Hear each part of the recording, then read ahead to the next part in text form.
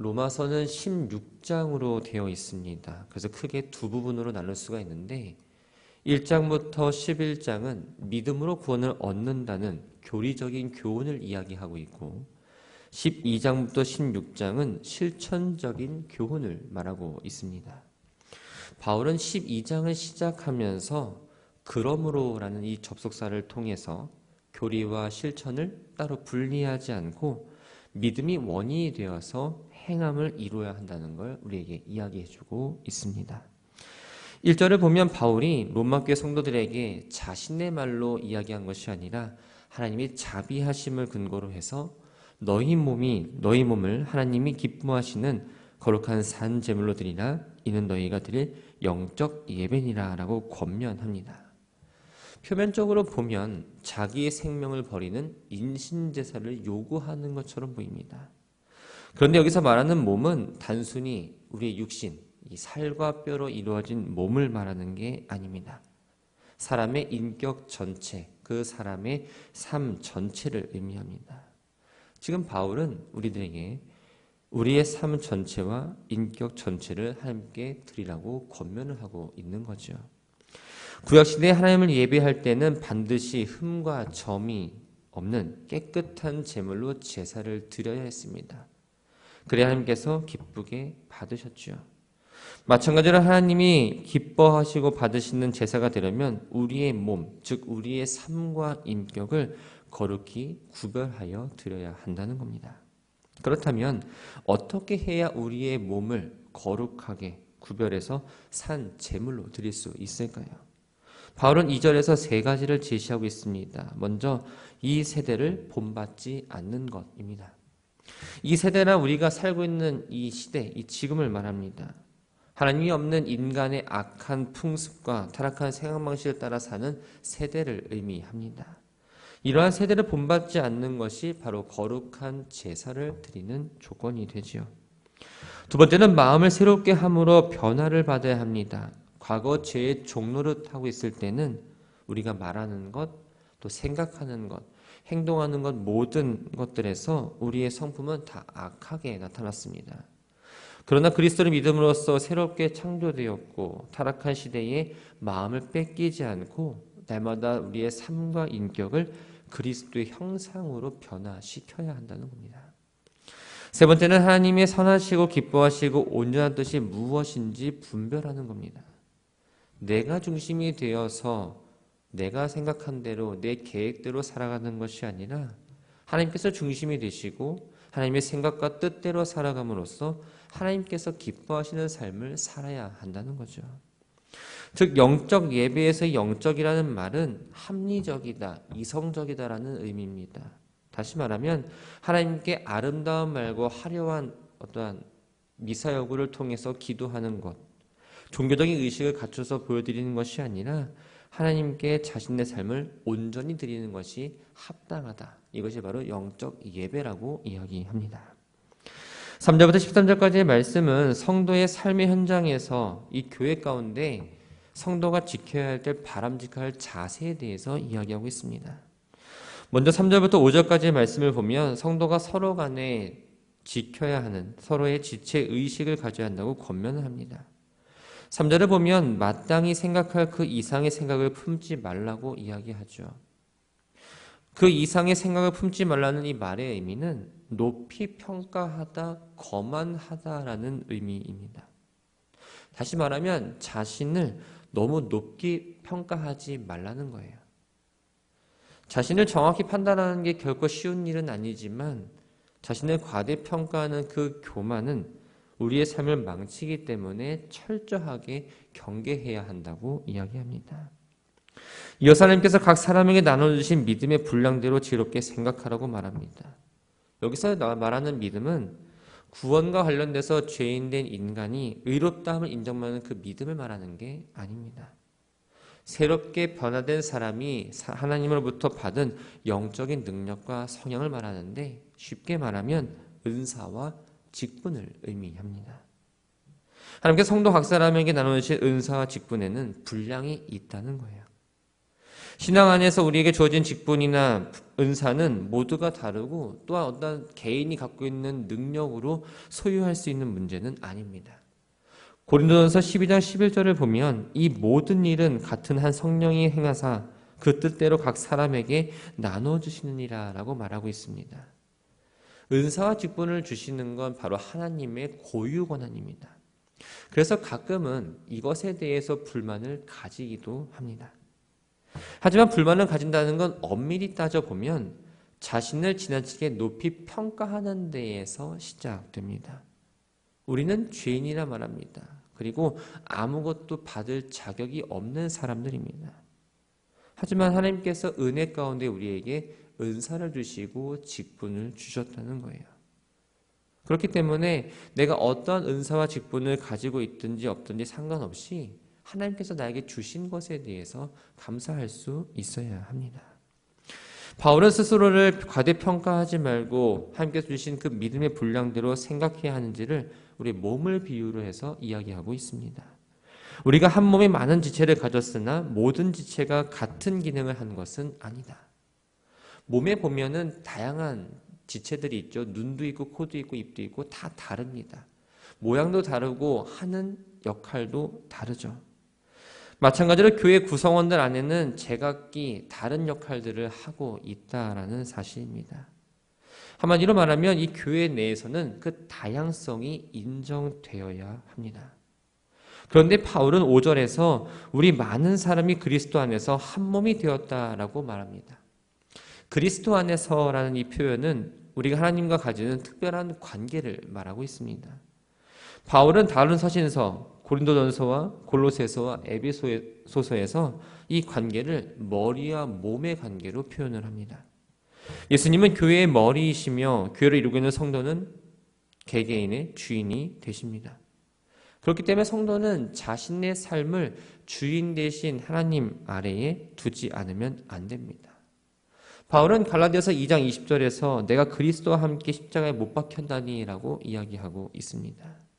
즉 성도가 하나님 앞에서 어떻게 해야 하는지를 분명하게 이야기해주고 있는 거죠. 예수님은 제자의 첫 번째 조건으로 자기를 부인하는 것이라고 말했습니다. 자신을 철저하게 부인하지 않으면 누구라도 예수님의 제자가 되지 못하고 진정한 그리스도인의 삶을 살아가는 게 쉽지 않습니다. 우리 몸의 각 지체는 한 몸을 이루고 있으면서 서로 유기적으로 작용을 합니다. 다양한 사람들이 다양한 역할을 하지만 그리스도를 중심으로 해서 하나의 공동체를 형성하고 있는 겁니다. 교회 공동체 안에서 구성원 각자 가지고 있는 어떤 개성, 기질, 받은 달란트를 최대한 나타내면서도 자신이 드러나는 것이 아니라 서로를 인정하고 머리 대신 예수님을 따라서 하나의 교회됨을 세워나가야 한다고 지금 이야기하고 있습니다. 6절부터 8절까지의 말씀을 보면 바울은 하나님께서 성도에게 주시는 다양한 은사들에 대해서 이야기합니다. 사람마다 재능이 다릅니다. 개성도 다른 만큼 하나님께서는 하나님의 뜻에 따라서 각기 다른 은사를 주셨습니다. 하나님께서 은사를 주셨기 때문에 어느 것이 더 귀하고 어느 것이 덜 귀한 건 없습니다. 다만 그 기능과 역할이 다를 뿐이죠. 그렇기 때문에 우리가 내가 어떤 은사를 받았냐가 중요한 것이 아니라 받은 은사를 내가 어떻게 사용하느냐가 더 중요합니다. 바울은 교회 내에서 다른 은사를 가진 사람이 있음을 인정하면서 각각의 은사를 따라 사역하고 섬기라고 가르칩니다. 본문에 나오는 은사들을 보면 예언하는 일, 섬기는 일, 위로하는 일, 가르치는 일, 구제하는 일, 다스리는 일, 긍휼을 베푸는 일이 있습니다. 이 일들은 모두 이 교회 안에서 꼭 필요한 것이고 어느 것이 중요하고 어느 것이 또 덜 중요한 건 없다는 거죠. 에베소서 4장 12절에서는 은사를 주신 목적에 대해서 이렇게 말하고 있습니다. 이는 성도를 온전하게 하여 봉사일을 하게 하며 그리스도의 몸을 세우려 하심이라. 성도는 자신이 받은 그 은사를 다른 성도를 돕고 이 교회를 위해서 써야 한다는 겁니다. 몸의 장기들이 서로 다른 역할을 하는 것처럼 다른 은사를 가진 사람들이 그리스도 안에서 한 몸이 되어 섬기는 것이 바로 하나님의 뜻인 거죠. 그렇기 때문에 서로의 다름을 먼저 인정하고 높고 낮음을 구분하는 것이 아니라 가지고 있는 그 은사를 가지고 이 교회를 위해서 다른 사람을 위해서 사용되어야 합니다. 9절부터 14절까지의 말씀은 성도가 교회 공동체 안에서 어떤 생활 방식을 갖고 살아야 되는지 말하고 있습니다. 바울은 가장 먼저 대표적이면서도 근본적인 사랑에 대해 이야기합니다. 9절을 보면 사랑에는 거짓이 없나니 악을 미워하고 선에 속하라고 말하죠. 여기서 말하는 사랑은 인간들이 하는 어떤 인간적인 사랑이 아니라 바로 아가페 사랑을 말합니다. 반면에 거짓은 가식, 외식을 의미합니다. 성도가 실천하는 사랑은 하나님의 완전하신 사랑을 본받는 것이고 결국 가식이 없고 마음 끝에서부터 우러나오는 있는 그대로의 순전한 것이어야 합니다. 외식이라는 단어는 연극 배우와 관련이 있습니다. 배우들은 자기에게 주어진 그 배역에 따라서 그 역할을 연기합니다. 근데 우리는 어떤 역할을 맡은 배우가 아닙니다. 배우가 연기를 하는 것처럼 우리가 사랑을 연기한다면 겉으로 보면 사랑이 있는 것처럼 보이지만 그것은 가식이고 시간이 지나면 이기적인 그 본색이 드러나게 되어 있습니다. 그렇기 때문에 성도들이 추구해야 될 사랑은 정말 순수하고 진실하며 가식이 없는 아가페 사랑을 실천해야 한다는 거죠. 악을 미워한다는 건 악을 싫어하고 혐오하고 거부하는 걸 말합니다. 사랑의 완전한 표본이신 예수님은 결코 악을 용납하지 않으셨습니다.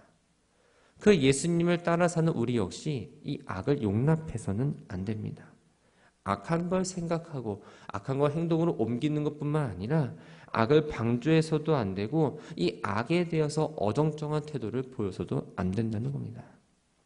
이러한 태도를 보이면 우리도 모르는 사이에 악에 쉽게 노출되고 악이 쉽게 스며들기 때문에 바울은 단호하게 악을 미워하라고 권면하고 있는 거죠. 10절에 보면 형제를 사랑하여 서로 우애하고 존경하기를 서로 먼저 하라고 권면하고 있습니다. 교회 공동체는 하나님의 집입니다. 이 집에 하나님이 아버지이신 새로운 가족의 형제의 자매들입니다. 존경하기를 서로 먼저라는 이 말에는 상대방을 더 낮게 여기라는 의미입니다.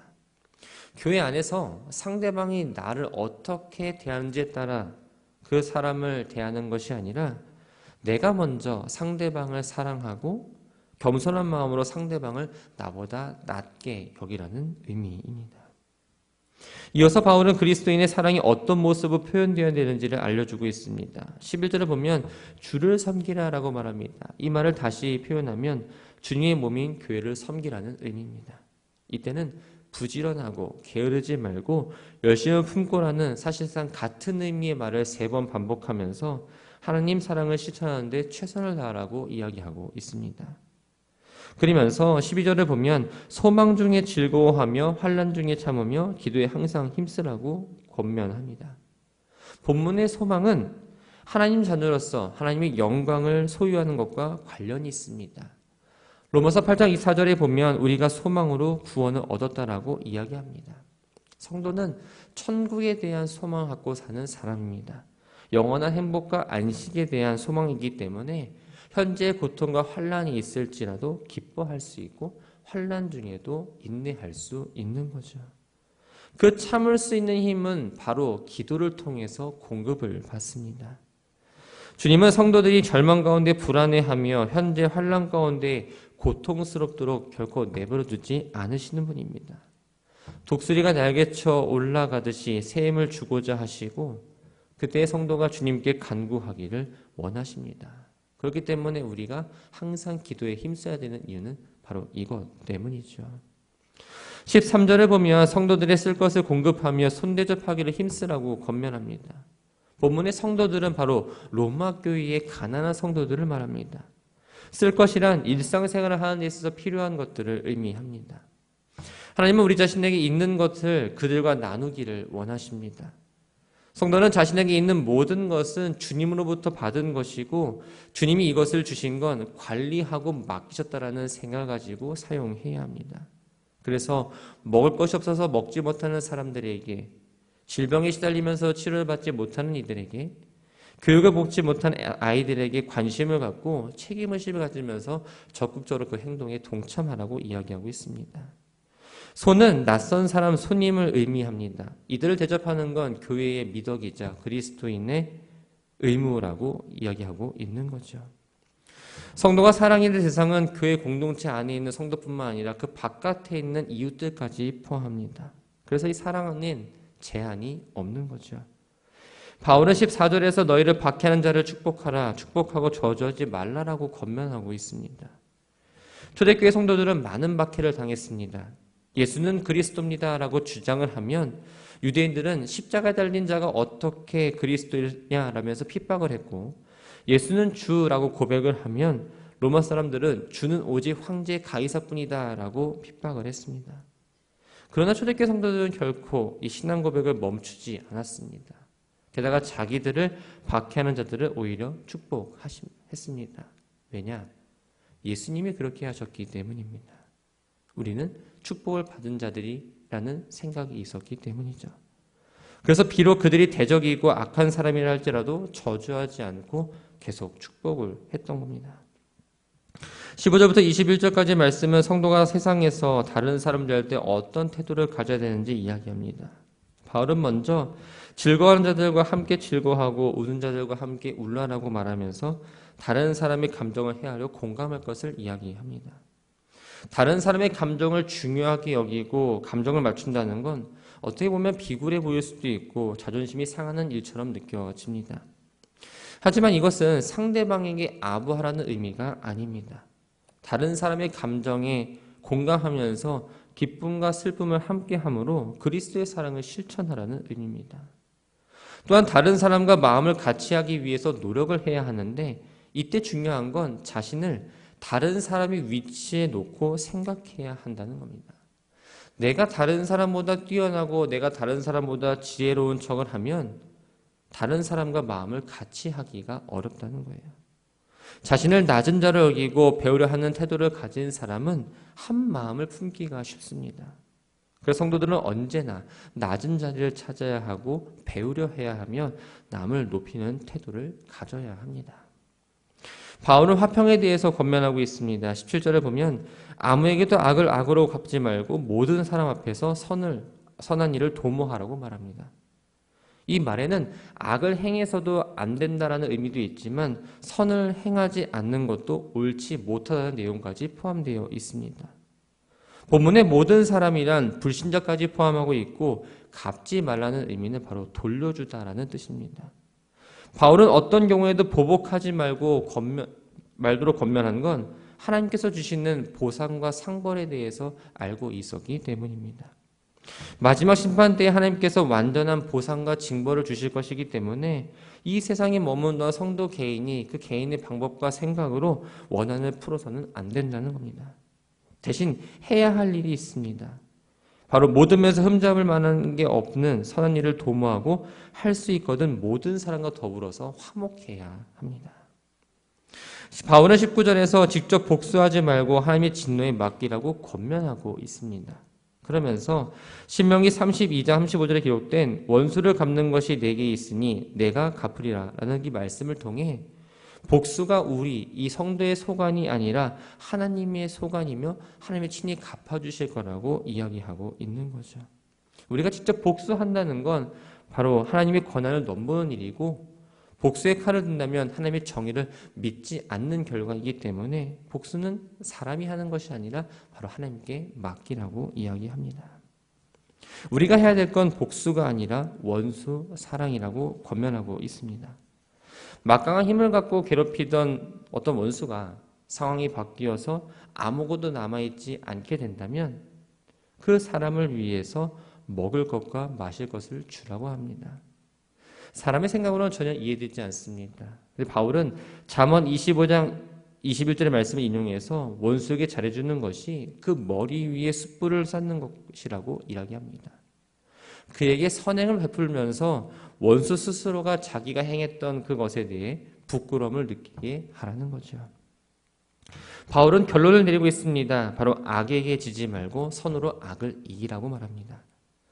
악을 악으로 갚으면 얼핏 보기에는 내가 악을 이긴 것 같지만 실제로는 악에게 지는 겁니다. 왜냐하면 우리가 악을 행했기 때문입니다. 성도는 단순히 악을 행하지 않는 것만이 아니라 적극적으로 선을 행함으로써 악을 이기고 하나님이 기쁘시게 하고 영광을 돌리는 삶을 살아야 합니다. 말씀을 정리합니다. 하나님이 우리에게 원하시는 건 우리의 삶 전체를 산 제물로 드리는 겁니다. 겉으로 보여지는 형식적인 예배, 화려한 미사여구를 갖고 있는 기도가 중요한 것이 아니라 타락한 이 세대를 따르지 않고 거룩함을 유지하며 삶을 온전히 변화시켜서 그리스도의 형상을 내 안에 심고 변화된 삶을 살아가는 거죠. 이러한 삶이 먼저 우리 교회 안에 나타나야 됩니다. 하나님의 은혜 가운데 우리는 죄에서 구원을 받고 주님의 몸된 교회를 섬기는 지체로 부르심을 받았습니다. 그리고 각자에게 하나님의 뜻대로 믿음의 분량에 따라서 은사들을 다양하게 주셨습니다. 가지고 있는 은사들이 다 다릅니다. 그 은사를 나를 자랑하고 나를 드러내는 은사가 아니라 이 교회를 위해서 하나님의 몸된 교회를 위해서 섬기고 다른 성도를 위해서 사용되어져야 합니다. 이 땅의 삶이 녹록하지 않습니다. 상황과 환경 또 사람이 나를 괴롭게 할 때도 있습니다. 그러나 우리는 이 땅을 밟고 살아가지만 나는 천국 시민권다라는 그 사실을 늘 기억하며 살아야 합니다. 이 땅에서 추구하는 가치관으로 삶을 판단하고 살아가는 것이 아니라 천국에 소망을 두고 때로는 힘들고 어려울지라도 그 천국 소망을 품고 나아가는 삶이 바로 성도의 삶인 거죠. 그렇기 때문에 악을 악으로 이기지 마시고 그럴 때일수록 더 선을 행함으로 하나님께 기쁨이 되고 영광을 돌리는 삶을 살아가는, 그래서 선이 악을 이긴다는 걸 보여주는 삶을 살아가는 우리 모두가 되기를 주님의 이름으로 축원합니다.